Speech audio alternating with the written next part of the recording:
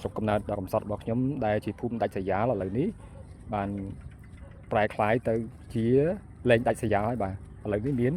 ភ្លើងបាទនោះបកគោលភ្លើងបាទតភ្លើងមានអីត្រឹមត្រូវភ្លើងតយូរដាក់ហើយដែរទេប៉ុន្តែអីដែលខ្ញុំចង់បង្ហាញថ្ងៃនេះថែមទៀតនោះគឺនេះ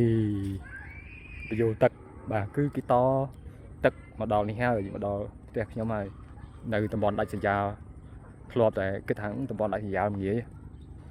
បាទឥឡូវនេះឃើញថាខាងរដ្ឋតទឹកមកឲ្យយើងហើយមានទាំងទឹកមានទាំងភ្លើងមានទាំង Wi-Fi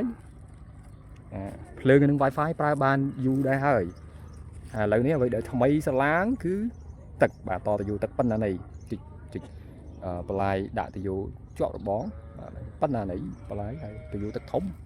បាទលុយត្រៀមខ្លួនបងលុយទឹកទៀតត្រៀមខ្លួនបងលុយតទឹកបងលុយទឹកប្រចាំខែតទៅបាទអរគុណច្រើនចង់ប្រាប់ថា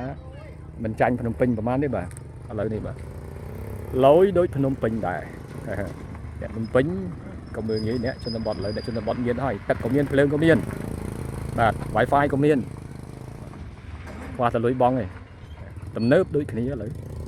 ចាយលុយប្រហាក់ប្រហែលគ្នាបាទអ្នកខាងជនបទខាងខ្ញុំនិងអ្នកភ្នំពេញឥឡូវនេះមិនសូវខុសគ្នាបានទេបាទ